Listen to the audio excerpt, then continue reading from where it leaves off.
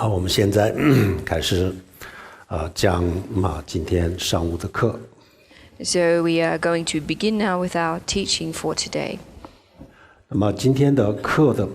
主要的内容呢，就是我们怎么样战胜自己的愤怒。So what we are talking about today is how we go about obtaining victory over our anger. 那我们本身我们作为一个普通的人，这样子的话，我们的内心当中就平时都有很多各种各样的烦恼。As ordinary persons, we typically experience a great many afflictions in our minds. 那么这些所有的烦恼当中有几个烦恼呢，平时对我们的影响是最大的。And among all of these afflictive thoughts and emotions, there are a few that really give us the most suffering. 其中这个最明显的就是愤怒。And the most prominent of these is anger. 然后我们的生活当中就经常都有这个发生愤怒的各种各样的因素，然后有了这些因素以后我们就没有办法控制自己的心情情绪，然后就经常都有很多的愤怒。There are many factors in our lives that give rise to anger, and due to these taking place, we find ourselves in a situation where it's very difficult for us to control our moods, and so we give rise to anger. 那么我们怎么样战胜自己的这个烦恼这个应该是佛教里面就有佛教应该是最有办法的这个方面。As to how we can go about conquering our anger, this is a subject that, or this is something that the Buddhist teachings have many methods for. 佛教虽然有很多的方法，但是呢，这些方法我们要去用如果我们自己不努力不去用只是听一下，那也不一定有什么效果。Notwithstanding that there are a great many methods in Buddhism, it's important that we actually use them, that we're diligent in using them. Simply hearing or listening to these methods being described won't necessarily be of much use. 首先这些烦恼有很多的这些烦恼当中呢最严重的就有3个，就叫做贪嗔痴这个大家都应该知道。佛教里面叫做三毒用毒这个字来形容因为它就是很严重。So of all the various afflictive thoughts and emotions, or negative, disruptive thoughts and emotions that we experience, there are 3 that are particularly serious. They are referred to in Buddhism as desire, anger, and ignorance. Everyone probably knows these. They're described in Buddhism as the 3 poisons. 然后我们很多人认为我们普通的人有烦恼这个很正常比如说我们看到自己不高兴的东西立即就是会愤怒生气然后我们看到自己喜欢的东西，然后心里立即就起心动念这个很多人觉得这是人的本能但是呢，从佛教的角度来讲的话，这个不是人的这个先天的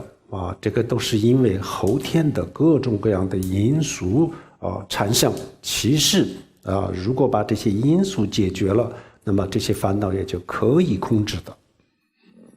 Many people think that it is normal for human beings to give rise to anger when they see things that they don't like, and the opposite when they see things that they do like. This is considered by many people to just be inherently how human beings are. But Buddhism, in fact, doesn't regard this as the way human beings are. It doesn't regard this as the intrinsic state of humans. It considers these responses to take place due to many various factors, and that it is possible, in fact, to change this state. 那么这些烦恼从我们的内心当中驱除这个就是我们在现实生活当中完全是我们可以自己亲身体会到的这个并不是说下意识再下意识，或者是一个非常神秘的东西不是这样，这就是讲一个人的一个实实在在的这个经历我们每一个人就在生活当中我们就把用一些佛教的方法稍微用一下然后我们非常清楚的就明白非常清楚的感受到原来烦恼是可以跟我们的心是可以分开的。That it is possible to eliminate or remove afflictions or negative thoughts and emotion from our everyday lives is something that everyone can experience for themselves personally. This is not a matter of something we can only achieve in the next life or in following lives. It's not a mysterious kind of thing at all. This is really something that humans can experience in fact. As soon as we put Buddhist methods into use just a bit, then we will be able to clearly perceive that it is possible indeed for us to separate afflictions from our mind. 那么我们现在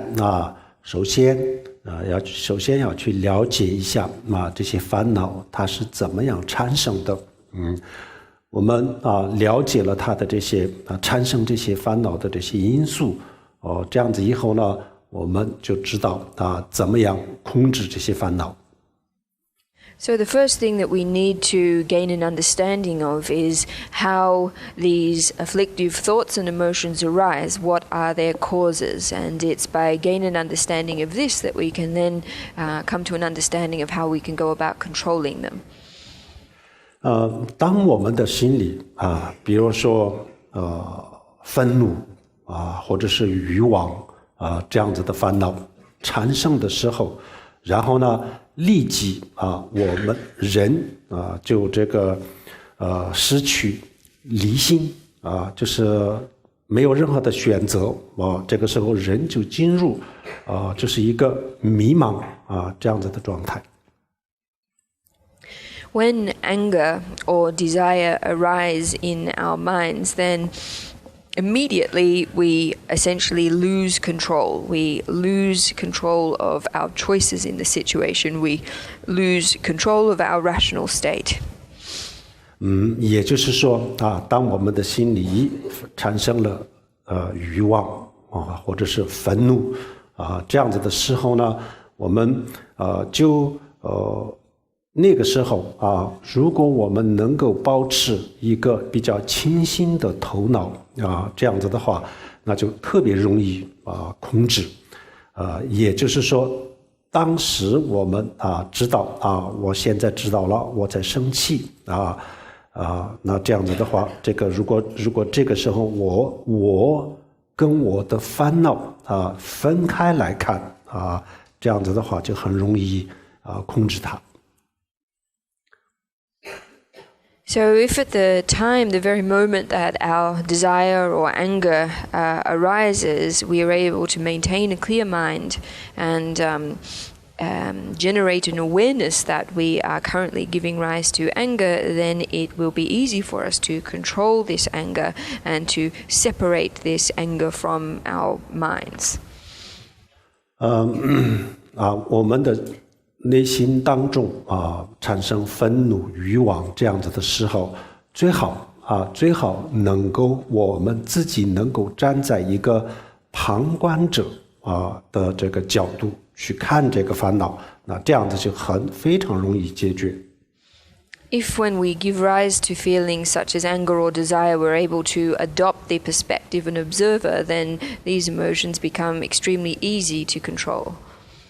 平时我们一愤怒的时候这个严重的欲望起来的时候呢，然后我们把我们自己就是融入到这个烦恼当中，也就是说我们从这个愤怒的角度去思考去看别人，去看事情或者是把我们自己融到这个欲望当中就是从欲望当中再去看这个事情和世界这样子以后呢，我们就是立即就失去了所有的这些理性的思考。If when we give rise to anger or some kind of strong desire, we immediately view things from the perspective of anger, whether it be people or events or things, or in the case of strong desire, if we do the same, then we will find ourselves straight away losing our capacity for rational thought. 有些时候我们人就是很奇怪的我们明明知道如果用这种方法的话，我的这个愤怒是可以控制的，可以控制但是呢就不想控制我就要愤怒，我就要生气就要这样子发泄这样子心里就好受一些，很多时候都是这样子，所以呢我们平时要做一点点的训练。People are sometimes very strange. That is, they understand very well that it's possible to control one's anger using these methods. However, in the heat of the moment, they are just not able to. They find themselves not wanting to. That is, they just feel as if their anger is something that they need to express and let out, and this way they will feel better. So, in order to actually use these methods, it's necessary that we train ourselves in it beforehand. 首先我们也要了解一下这些烦恼，尤其是这个愤怒它的危害性。So the first thing that we need to turn our attention to is understanding the harm or the danger of afflictive emotions and anger in particular. 佛教为什么把愤怒叫做毒毒为什么用毒这个字来形容呢？这就是像电脑的病毒一样一进入它的程序，那么整个就乱套，不能正常的工作。然后人吸毒然后呢就毁掉了他的全部，也就不能正常生活同样的，我们的这个系统我们的精神内心的这个系统当中进入了病毒这个愤怒的这个病毒的时候，然后呢我们整个人都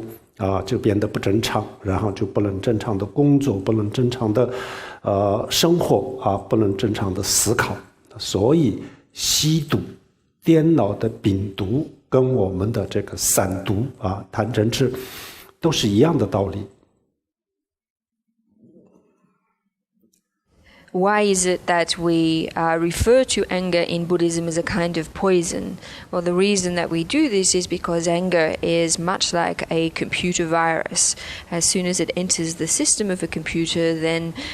it results in chaos and the computer is not able to operate normally. It's the same too with drugs. Drugs, when they are excessively taken, destroy the capacity for people to live normal lives. And so it is too with anger in the system of our minds. The virus of anger makes it such that we are not able to live normally, think normally, and conduct ourselves normally. So whether it's drugs or a computer virus or the three afflictive poisons, they all follow the same principle. 然后电脑的程序里面就进入了这个病毒那这样子以后呢，他的工作就是乱七八糟的，他就进入了一个乱七八糟的这个状态根本就没有办法正常工作。然后第二比如说人吸毒，那吸毒的话，那么他的大脑也就进入了一个非常乱七八糟的这个状态，然后呢就出现各种各样的幻觉。同样的，我们的内心当中这个严重的欲望、愤怒这些一进入到我们的内心当中，然后我们的思维就是乱七八糟的进入一个乱七八糟的这个状态根本就没有办法正常的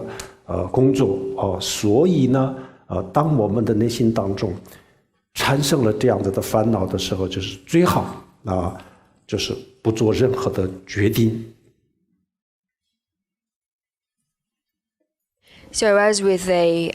virus, when it infects a computer system, it leads the system to become messed up, chaotic, unable to function as normal. So too do when we take drugs. The drugs also result in a state of chaos in the brain, such that the person who takes them experiences all manner of hallucinations. And so too again is it with our minds. When we experience or give rise to strong feelings of desire or anger, then our thinking, our thoughts enter into a state of chaos, and we are no longer able to normally function. So when afflictions such as these arise, it is important that for the time being we don't make any decisions. 我们大家都知道电脑的程序进了这个病毒以后，它的工作它做出来的这些事情都是错的，都是不对，都是乱七八糟的。同样的，我们人的意识当中就进入了这个愤怒这样子的病毒的时候，然后我们说出来的话然后做出来的这个事情或者是我们所做的所有的决定基本上都是错的。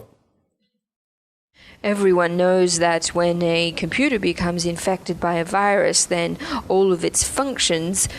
become mistaken. And so too it is with our human minds. When anger arises in our minds, then it is the case that all the things that we say and do, and indeed all of our decisions,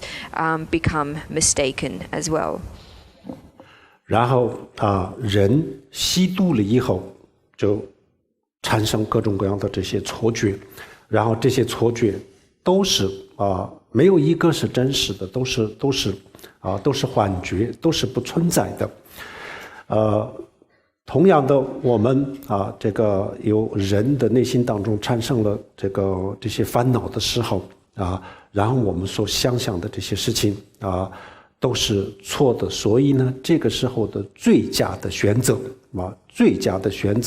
就像如菩萨行论当中讲的一样，最佳的选择就是保持沉默。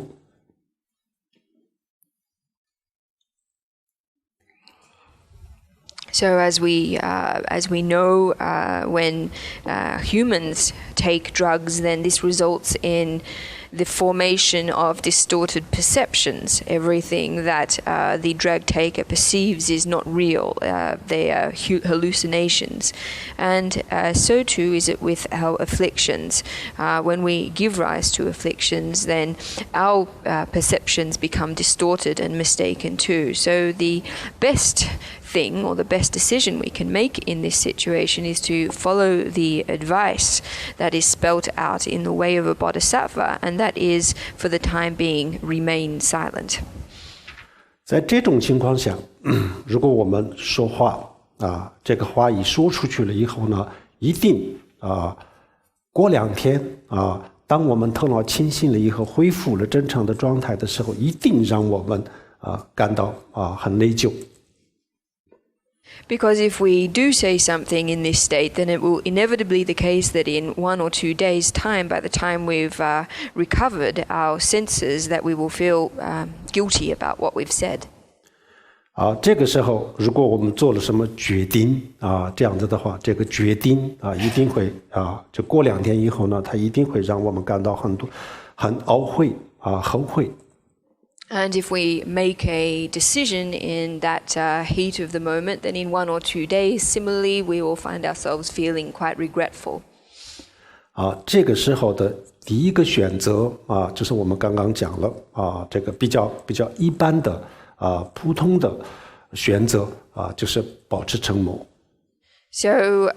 when we do give rise to anger, the first choice that is available to us, this is a rather ordinary approach or an average approach, is to remain silent.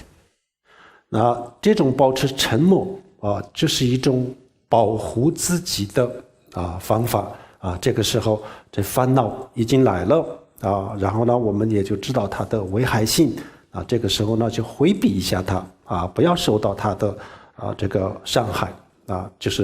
是很比较低级的方法保持沉默，不做决定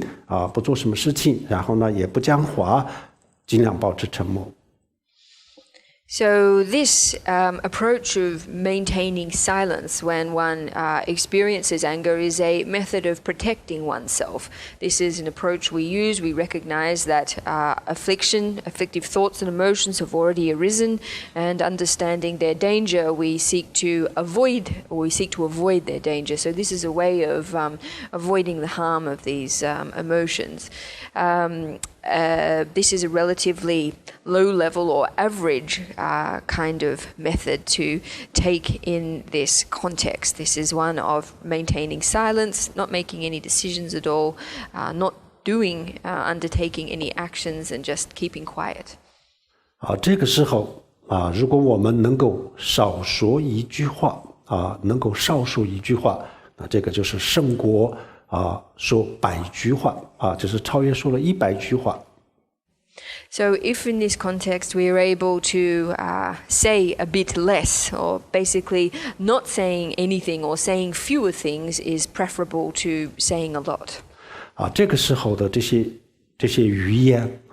都是非常有杀伤力的比如说最好的朋友父母或者是这个等等都会受到这个影响那个时候就是因为人就失去了这个理性的思维的时候呢，不小心就也控制不住说出去的这样子的话，有可能在对方的心里就造成了一生的阴影。And the reason this is because the words that we say during moments like this have great potential to injure the people we say them to, whether they be our good friends or our parents. Because we are in a state where we've lost control of our rational capacity and are unable to control ourselves, then the words we speak carry the potential to cause a lot of harm and may indeed create an impression or a harmful impression on in the person that we speak them to that they recall for the rest of their life. 如心论如菩萨心论当中讲过了这个时候我们得忍一忍就像一个木头人一样，什么都不做，什么都不说，什么都不想就是忍一忍这样子把这个烦恼过了以后，然后再去做决定这样也就不晚。So in the way of a bodhisattva, what is recommended is that in moments such as this that we exercise forbearance, just like a wooden person. That is, in this moment we don't say anything, we don't think anything, we don't do anything, we simply exercise forbearance and keep quiet. 这个呢是我们这个回避的一个方法并不是去回掉这个烦恼，铲除烦恼的方法这是一个回避的方法。So what I've just spoken about now is a method for avoiding afflictive thoughts and emotions, not actually eliminating them. 虽然这个是一个比较差的比较简单的方法，但是呢有些时候这些比较简单的方法对我们来说是很实用的。Even though this approach is a relatively average one or a relatively simple one, it is often the case that simple methods such as these can be very useful to us. 平时我们就是为了工作做很多的训练比如说我们在饭店这个端盘子这个得需要训练然后就是很多服务行业的人就是为了顾客就是这个为了对顾客面带笑容然后也就是做很多虚假的这个表情，而且这个表情都有专门的这个训练，所以我们在工作啊这些方面呢，平时做很多很多的训练啊，但是我们怎么样去面对这些烦恼啊？怎么样去面对这个生老病死啊？这些方面我们从来都没有做过任何的训练。Usually, in our working lives, our professional lives, we train. We do a lot of training, whether it for the purposes of our jobs. For example, for people who work in restaurants, for waiters, people who work generally in the service industry. There's a lot of training that staff members undergo. For example, even things such as the expressions that people wear on their face. Smiling, all kinds of contrived expressions. There are even trainings for employees in terms of these things. So even though in our professional lives we do a great deal of training, we train ourselves in a lot of ways, in terms of our afflictions, in terms of the negative thoughts and emotions of our minds, this is typically not something in respect of which we do any training. 我们为了吸引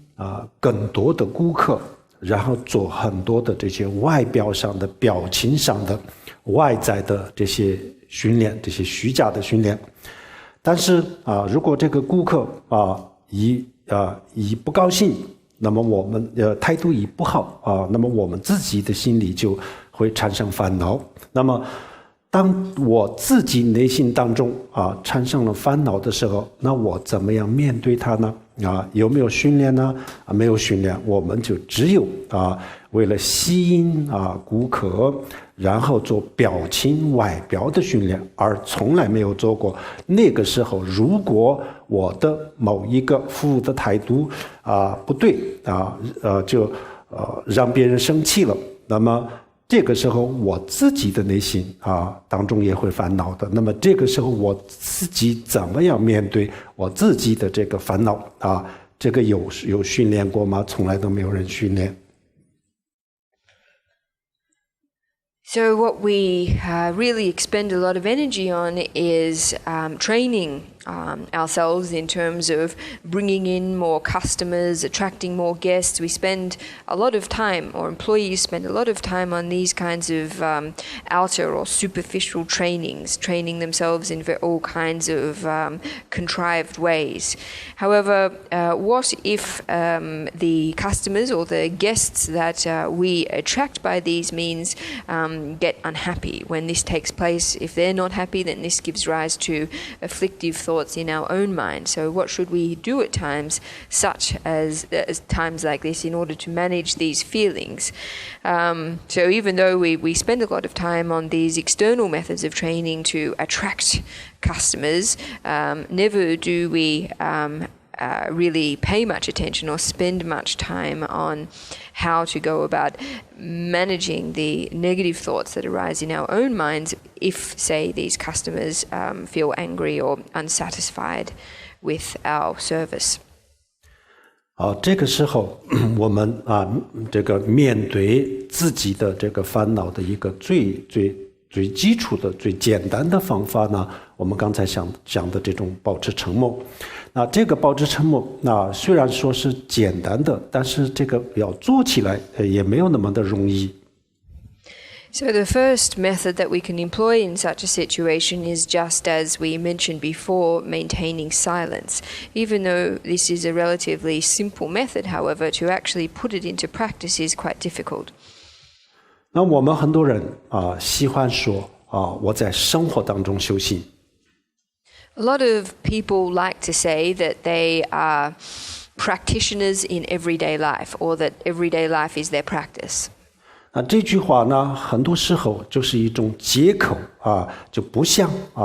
就实实在在的去修行所以就是很多人说我就不需要打坐了，不需要闭关我到生活当中去这个训练修行。But oftentimes this is an excuse for people who don't think it is necessary to do real practice, who don't think it's necessary to meditate or go on a retreat or such similar things. People, on the contrary, say that they practice in the context of their everyday lives. 虽然这句话很多人就当作一种借口，但是呢，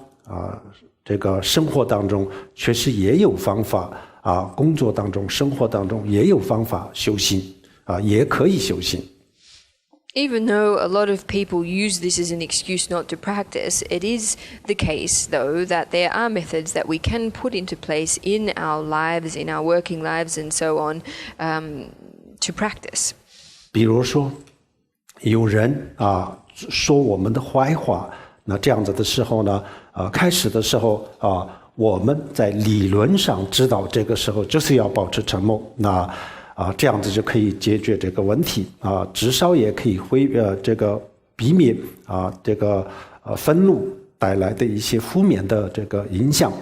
但是我们就是做不到。There are times when say people insult us. The people who are insulted understand in theory that it is possible in this situation to remain silent and therefore avoid the negative consequences that anger can bring. But the problem is that in the moment they're just not able to put this into practice. 那个时候呢，确实在生活当中或者是工作当中，我们可以训练比如说我们遇到有人就说一些坏话的时候前疑后难首先我们比如说就不是很严重的这些话我们就做个训练让他讲我来听然后我先暂时不要有其他的反应不要去反驳那就听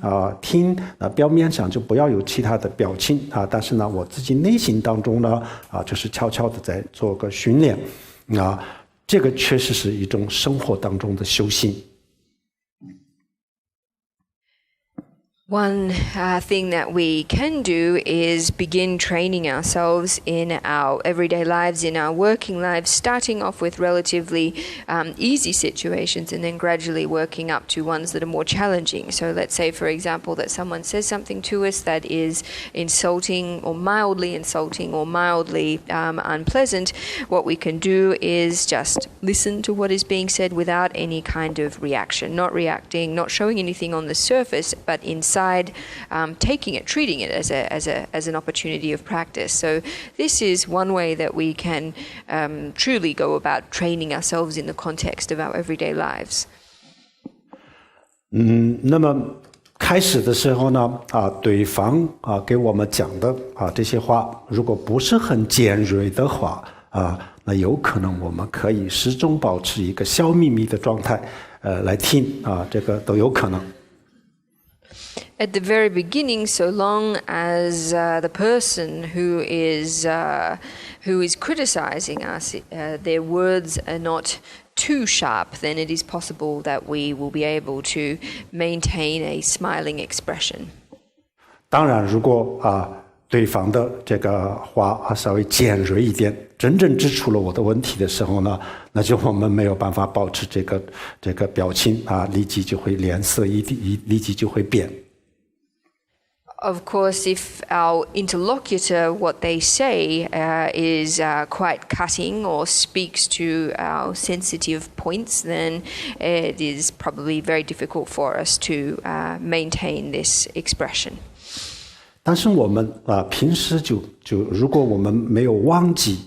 做这个训练这样子的话，那么最后一定会是成功的。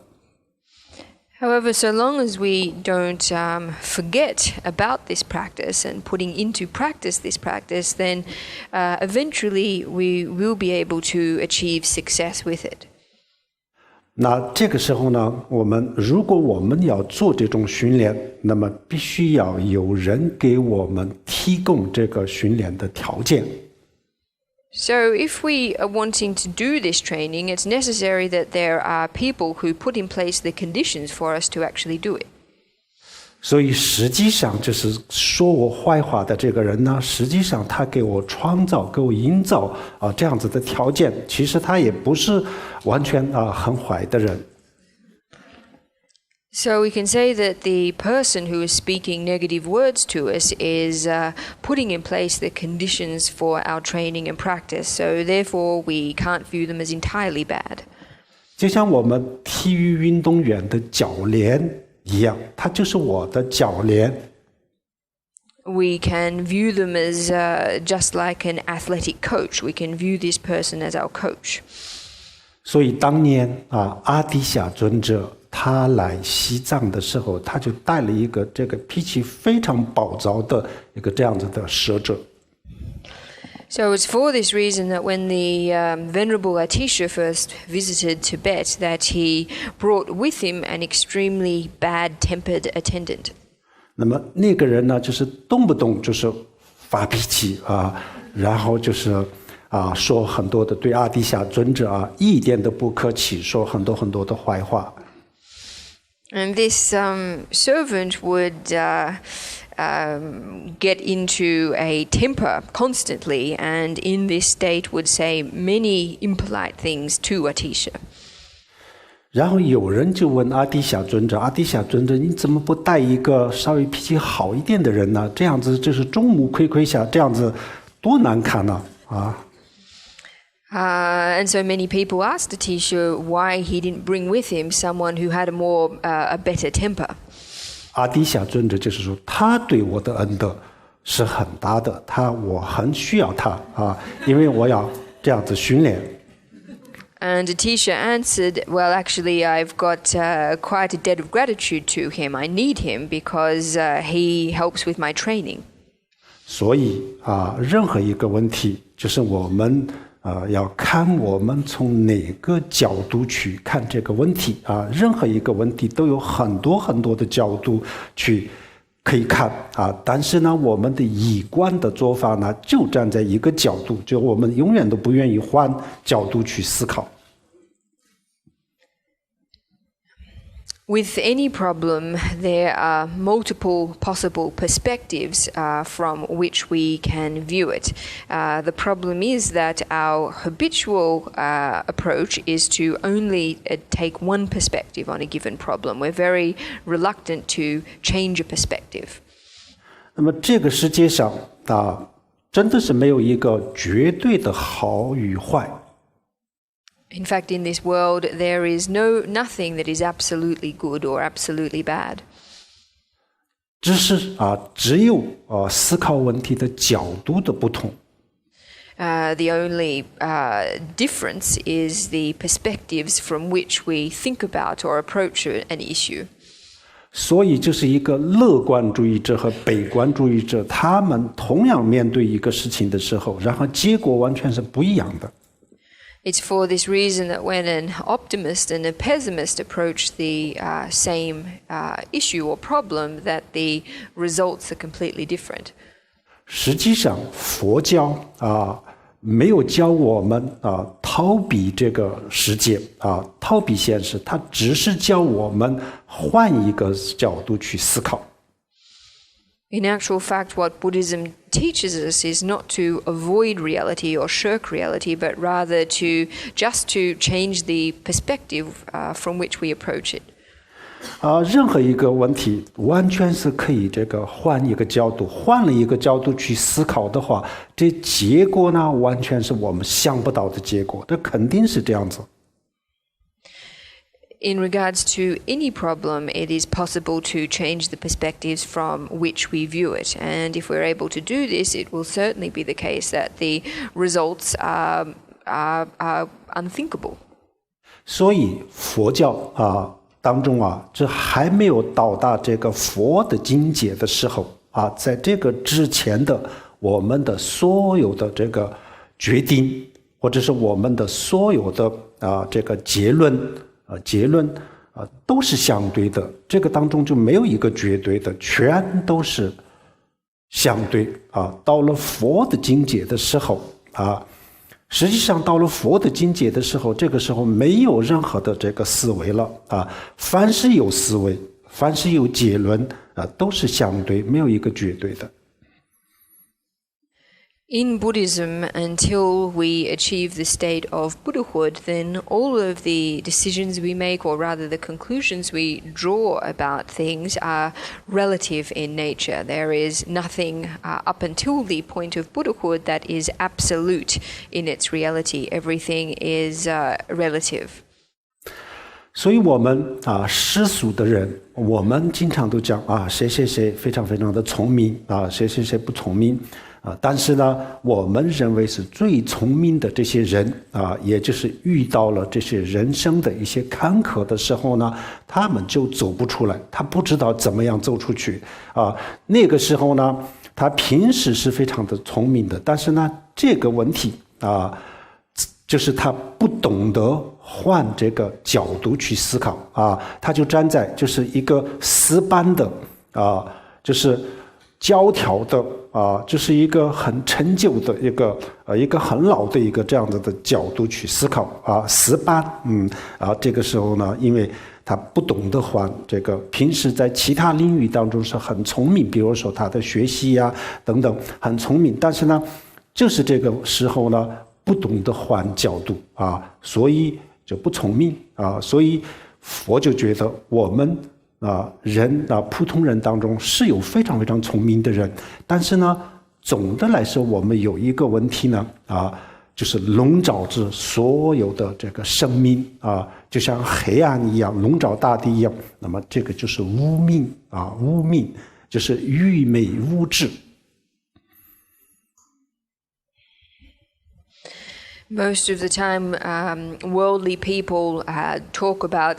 who is clever and who is not clever and who the most smart people are and these kinds of things. But in actual fact, those people that people regard to be the most clever, often when they encounter difficulties in their lives, don't know how to extricate themselves from them or don't know how to manage them or proceed.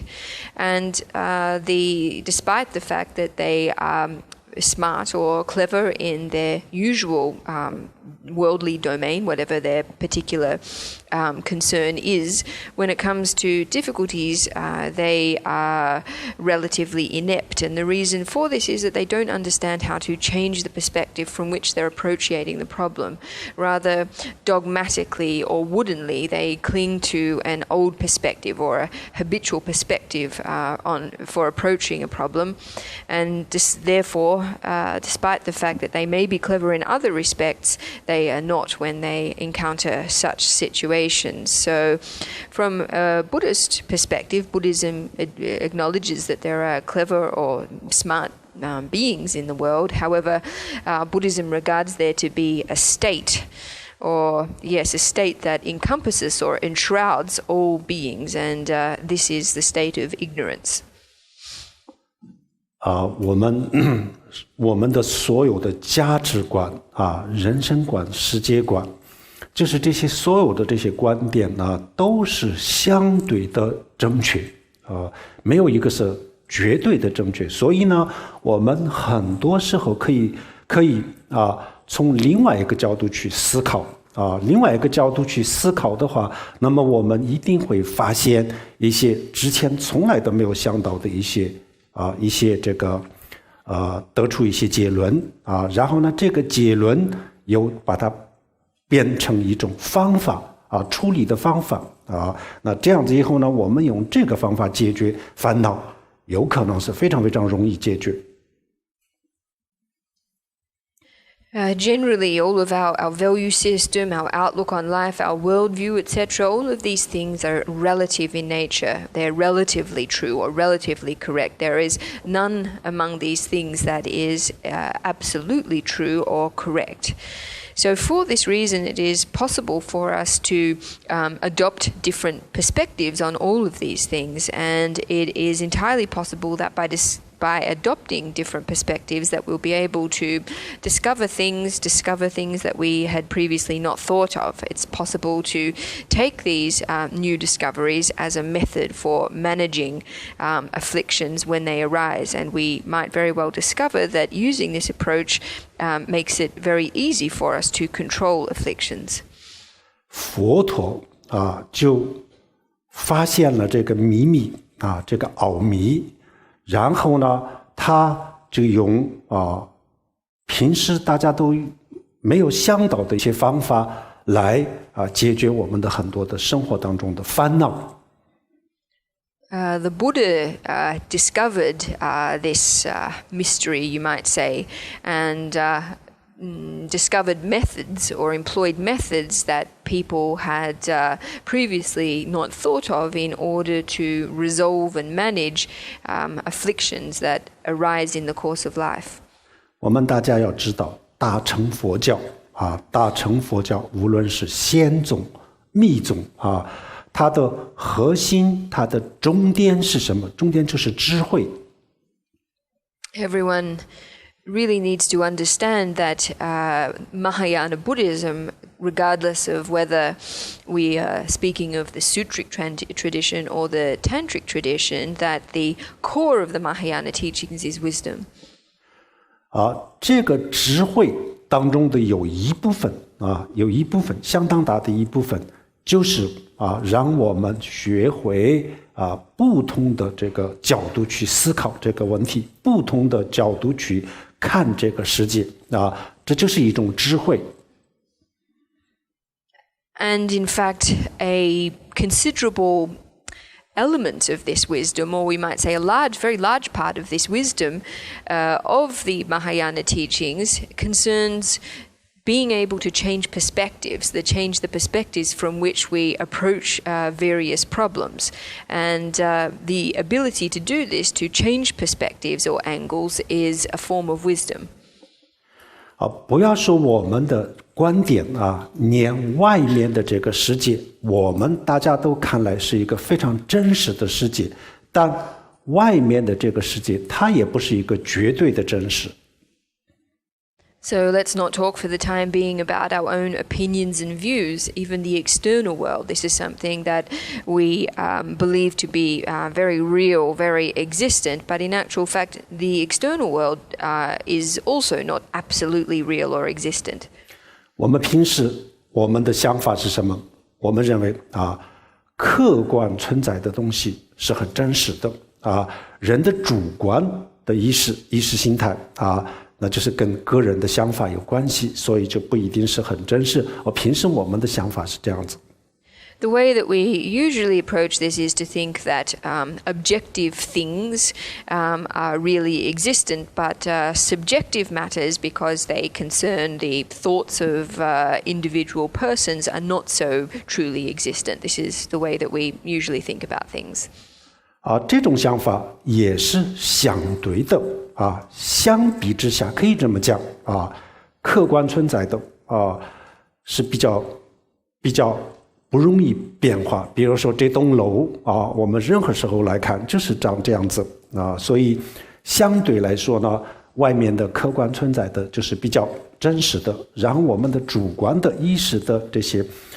这个想法随时都有变化相对来说是比较不稳定的在相比之下可以这么讲。In a relative sense, we can say that this is true, or rather that this way of viewing things is relatively true. For example, objectively existent things, it's true that they do not give rise so easily to change. This building, for example, whenever we look at it, it still remains it remains as it is. It still looks like it does. So we can say that, relatively speaking, objective things are relatively more stable in their existence, whereas subjective matters of the mind are subject to constant change and therefore relatively are less stable.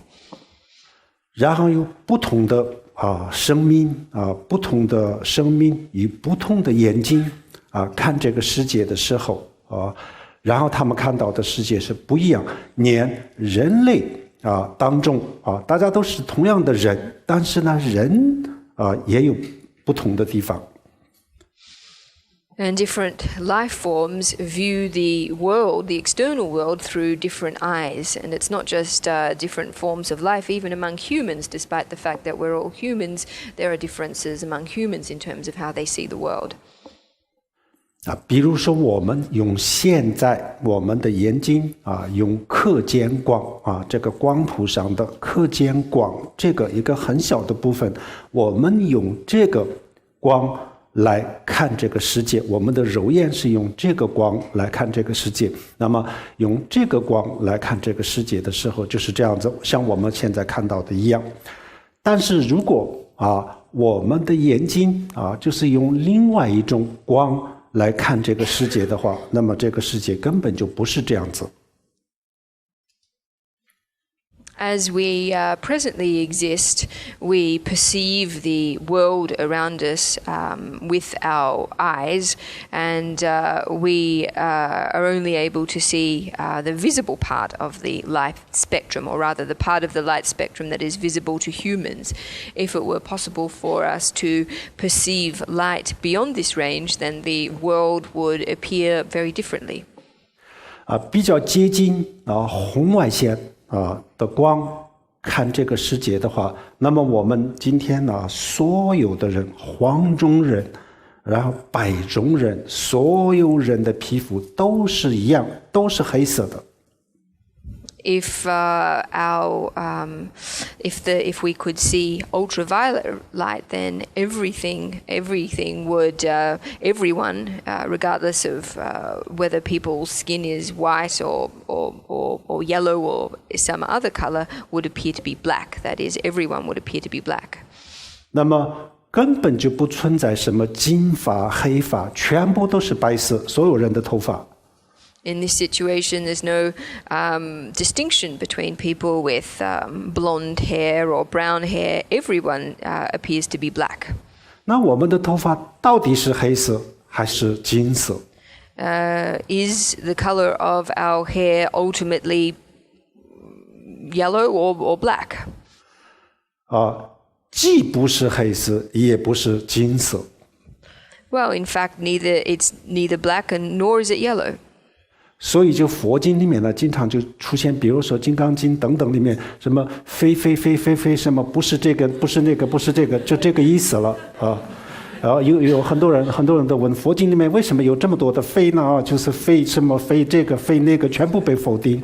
什么意思呢？就是说非黑色非金色就是这样子。So it's for this reason that in many Buddhist sutras, such as the Diamond Sutra, there's a lot of negations. There's a lot of no this, no that. Many people ask why this is, why there are so many negations in these sutras, and it's exactly for this reason that the hair is not black, neither is it yellow, and so forth. 实际上就是我们比如说这束花的颜色是什么样子，就是不是这束花来决定是我们的眼睛来决定。Ultimately, the color of this flower is not something that's determined by the flower, it's determined by our eyes. 如果有一天通过我们的禅定的力量或者是有一种高科技的这个科学技术让我们的眼睛能够接受这个接近红外线的这样子的光来看这个世界那么这个世界就根本就不是我们现在看到的这样子的世界，这是事实。If one day through the cultivation of advanced meditative experience or otherwise through reliance on some kind of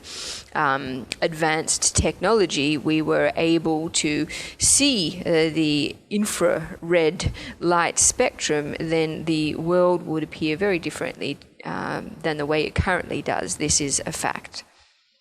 然后我们一般的人的眼睛的这个感光感受这个光的这个功能一般都是大概是3个有些昆虫有7个8个10个的，然后呢有3个不同的颜色组合了以后呢，然后就变成各种各样的这个颜色。一般我们人类就是3种这个感光用这个来看这个世界看了以后就是我们想看到的现在看到的这样子。So most people, in terms of the colors that their eye senses are able to perceive, are made up of three basic colors, and it's through perceiving these three different kinds of colors or light that they are able to see everything. Some insects have or perceive the world through 7 or 8 different colors, but for most people it's 3. 但是在这个里面男性和女性有一点不一样，有女性当中有10%10%左右，就少数10%左右的女性，就是有4种感官这个不是我说的科学家说的4种这种感官。所以呢，你们有些人对这个颜色是特别敏感的男生就没有这么敏感了，光这个颜色。But there is a difference in this regard between males and females. It's said that there are 10% of females who have the capacity to perceive 4 basic colors, and so for this reason, they are more sensitive to color than males. 因为这个10%左右的女生就对这个光对这个颜色非常的敏感所以在这个颜色的这个选择这个方面是非常非常挑剔。Due to the sensitivity to color among this 10% of females, they are very fussy in terms of their choice of colors. 好，这个道理佛教一直都在讲2500多年前就在讲，而且这个道理讲得更深更透彻。So this underlying principle is something that Buddhism taught on more than 2,500 years ago. And in fact, the Buddhist teachings on it are even more deep and penetrating. 那科学家现在也发现了。These days, scientists have also discovered this principle. 所以佛经里面就是讲这个世界讲这个宇宙描述这个宇宙或者是这个地球的时候呢，有很多很多不同的不一样的这个描述后来就是1000多年前就佛教的学者就研究了为什么佛经里面就讲这么多不一样的这个宇宙呢得出的结论是什么最后就是说这个宇宙就是以不同的生命看这个宇宙看这个世界，然后就会有不同的各种各样的这个宇宙所以佛就是说一会儿是这样子一会儿又说是那样子原因就是这样子。这个我们对宇宙对世界的这种执着为了打破这个执着就是这样子。In the Buddhist sutras, there are many diverse descriptions of the universe, many different descriptions of the way that the cosmos is. Due to this fact, approximately 1,000 years ago, some Buddhist scholars asked the question why the universe and the cosmos is described in so many different ways in the Buddhist scriptures. And the conclusion that they came to was that the reason was that the universe is perceived differently by different life forms. And therefore, in order to break through the attachment that people have to a particular view or understanding of the cosmos, the scriptures describe them in all manner of ways. 佛教的它的终极的目标就是打破这些我们所有人的这些死板的教条的这些思维这些观点，打破这些所有这样子的观点。The ultimate purpose of religion is to break down all of the dogmatic and rigid concepts that people have. 然后把这些死板的陈旧的，然后就是教条的这样子的所有的这些执着，所有的这个观念打破了以后，然后再从中就获得一个充分的自由这叫做解脱啊，这就是佛教的终极目标。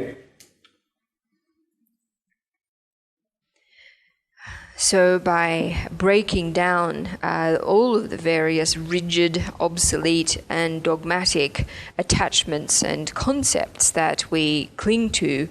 the ultimate goal of Buddhism is that we are able to attain complete freedom, which is referred to in Buddhism as liberation. This is the ultimate goal of Buddhism. 现在我们就回到这个我们的主体的这个话题。那么，让我们升起愤怒的这样子的种种事情，也是一样可以从不同的角度去思考。如果从不同的角度去思考的话，它也许不是我们所想象的那么糟糕。So to return to the focus of our teaching today, we can say that in terms of the various things that cause us to give rise to anger, it is possible to view them too from different perspectives, and in doing so, we might discover that things are not as bad as we think. 平时我们很多人就说我不喜欢死板的这个教条的这些观念。其实我们自己的很多观念是非常死板、非常顽固非常教条性的。这个教条不是宗教，但是我们自己做出创造的教条性的这个观念。A lot of people say that they don't like rigid and dogmatic concepts, but actually many of our own concepts are very rigid, very stubborn, very dogmatic. These are not ones that are created by religion, but rather ones that we create ourselves. 首先我们通过这个佛教的这个智慧里面呢，我们就是要去吸收一些智慧，就是至少任何一个价值观。包括我们刚才讲的看起来是非常真实的外面的世界都可以从不同的角度去看，完全就会变完全就会有我们这个意外的或者是我们从来没有想到的这样子的变化所以平时让我们特别愤怒的这样子的事情，如果我们懂得换一个角度去看的话，可能也许不是让我们产生愤怒的这个因素。And so we need to first take in some of this Buddhist wisdom and come to understand that any particular value or notion that we might have, even though it seems to be very real, it seems to be very true, that it is entirely possible to adopt a different perspective on it. And if we are able to do so, then we will discover that changes come about of a nature that we've never thought about before. With regards to anger, if we are able to take a different perspective on the causes that are giving rise to our anger, then we might discover that in actual fact, this situation is not so anger-inducing after all. 好，那我再重复一遍佛教它并不是让我们放弃这些世俗的所有的东西，而是让我们从不同的角度去看这个世俗的所有东西就是不要教条性的不要死板的不要陈旧，就是人类有史以来所有的就是所有的这个人，所有的普通人就这么去思考，从来都是这样子我们的生死问题生老病死的问题，以及我们生活当中的各种各样的面对的方法，就这么一个方法大家就用这个方法去面对没有去考虑其他的这个角度那么佛就是说，那这样子去思考这样子去面对。那么过去的人面临了什么，面对什么，我们现在要面对的就是这个解脱不了生老病死，解决不了这些烦恼。所以我们现在并不是要这个逃避这没办法。但是呢，我们用另外一个方法去思考一下试一试，也许会成功简单的说，整个的学佛的过程方法都是一个这样子的过程。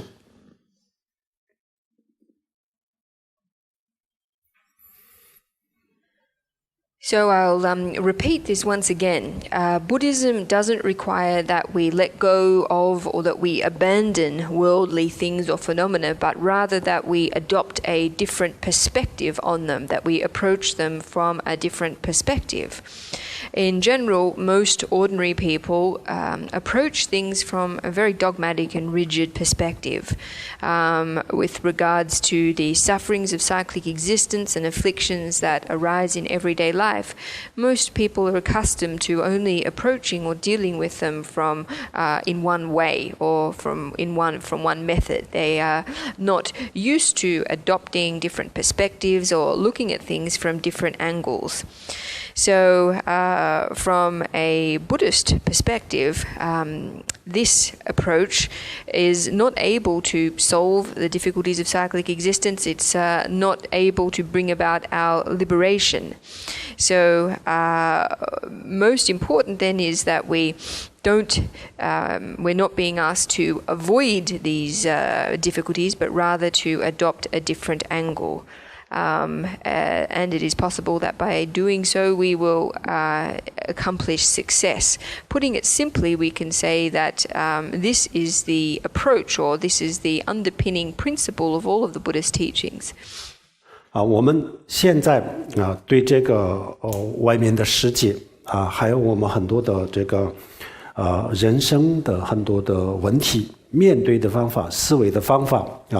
虽然我们学了很多的知识学了很多这个现代的知识然后让我们就是打开了眼界，我们知道很多很多外面的东西也知道我们自己的身体的结构等等包括细胞我们现在大家都知道了。但是我们的最基本的这些思维的模式就是几万年，就是几十万、几百万年这样子下来的非常教条、非常保守非常死板的一个这样子的方法来面对人生当中的这些最重大的这些事情就包括生老病死，都是这样子。With regards to the external world or problems in life, most of the ways that we deal with these things or think about these things is conservative, is dogmatic, and is rigid, despite the fact that we have learned a lot of modern knowledge, and this knowledge has enabled us to open our eyes and open our horizons and understand a great many things, including the physical structure of our own bodies right down to the level of cells. Our fundamental way of approaching the most major issues and problems in life is a rather obsolete approach that we have inherited from going back millions and millions of years. Essentially, this approach is the one that most people use to approaching difficulties. 好，这种价值观这种思维的方式给我们带来了很多很多的这个烦恼，然后同时也给我们带来了很多的痛苦它给我们带来的所谓的幸福和快乐是什么呢？最多就是通过外面的物质来刺激我们的感官，然后呢从中获得的一些感受我们把它当作为幸福或者快乐就是这样子。然后呢我们的付出是要付出很多，得到的就这么一点，这两个不成正比所以呢这种思维的方式是不是很好的这个方式所以呢佛就告诉我们还有一种不同的思维方式如果你用一个这种思维方式看看这个世界是什么样子也许不像现在这样子，也许不需要现在这么的辛苦也许有一个更加的轻松更加的自在可以过一个这样子的这个人生那么佛就给我们提供了一系列的佛教的这些思维的方式那么这叫做佛教。那么我们今天呢，也就是通过用这种方法来这个控制愤怒。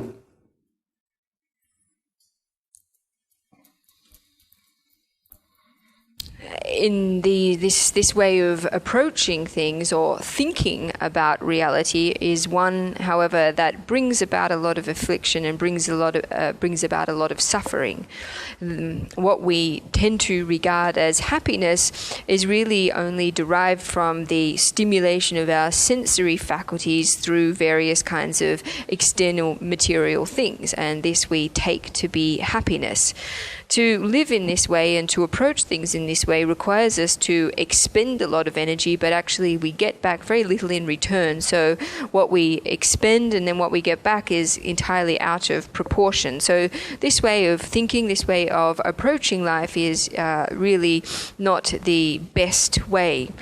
What the Buddhist teachings suggest is that there is a different way that we can go about approaching things and approaching life, changing a perspective. The teaching suggests to us that by doing this, it's possible that we might be able to live in a way that that has less suffering, that is more at ease and more relaxed. So what the Buddhist teachings provide us is a series of approaches for changing our thinking or perspective in this way. This is essentially what Buddhism is. And today we're going to be talking about using some of these methods to control our anger. 今天我们上午讲的这个是如果我们懂得换一个不同的角度去思考的话，我们可以得出新的结论，这个新的结论可以有新的不一样的给我们营造不一样的这个观点或者是这个想法那这是一个理论我们上午讲的是一个理论，然后呢下午呢我们再讲一些具体的稍微比较具体一点的方法和比较实用的一些方法然后呢下午呢还有一个半个小时左右的这个问答的这个时间大家有什么问题的话也就可以问。那么上午呢现在这个时间的关系，我们上午就讲到这里。So what we have addressed this morning is what the main takeaway from our morning teaching has been, that if we understand how to adopt a different perspective on something, then we can derive new conclusions, and that these new conclusions can supply us with different viewpoints and different ways of thinking. So what we've talked about this morning has essentially been a theory or the principle that underpins this. We're going to continue with this teaching in the afternoon, and in the afternoon we're going to be talking more about how we can practically go about implementing this approach. So in the afternoon there will be half an hour for questions and answers, but this morning we have come to the end of the teaching. 好，我们今天最后就是大家做一个回向那回向的意思是什么呢？比如说我们今天大家听经闻法大家可以看这个妙法莲华经妙法莲华经当中就讲这个听经闻法的功德是不可思议的这个就是实属我们可以做的这种善行善当中就是最殊胜最好的就是听经闻法这个功德。平时我们把这个上听课呢就当做一个学习很多人还不知道这个就是很伟大的这个行善。实际上这个不仅仅是一个学习，而且也是一个这个非常好的这个行善。这个善根远远超过了平时我们的磕头烧香拜佛还有念经这些的这个功德。So we're going to end with a dedication of merit. In the Lotus Sutra, it is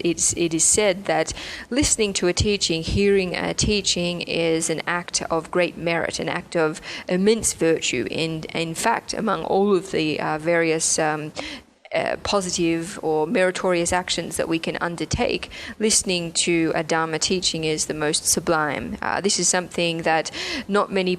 people are not always aware of. Many people just treat listening to a teaching as a form of Dharma study. But in actual fact, the merit that is generated is very vast indeed, and the roots of virtue or roots of merit that we generate thereby exceed by a long shot the merit that is generated by other actions, such as doing prostrations or making incense offerings or doing recitations and so forth. 好，那么回向啊，就是我们把这个功德，今天我们的这个功德，这个善啊，分享给天下所有的众生啊，这叫做回向啊，分享给天下所有众生。然后呢，我们再发愿啊，就是我们啊，就发自内心的希望，以我们的这个功德，以我们的善根啊，能让天下所有的生命，天下所有的众生啊，能够健康、快乐、幸福，然后就很快就能够解脱啊，能够了脱生死啊。我们发这样许这样子的愿啊，做回向啊，那这叫做回向。Sunam doi damja zuba nya tone ni be jana banche jiga nanji walong zeba zhibin zulin duwa zhuwa shu ahong ban zeng ge zhe ba ma se de hong ahong zeng ge ma ma se de hong ahong ban zeng ge ma ma se de hong 阿弥陀佛，谢谢大家，扎西德勒。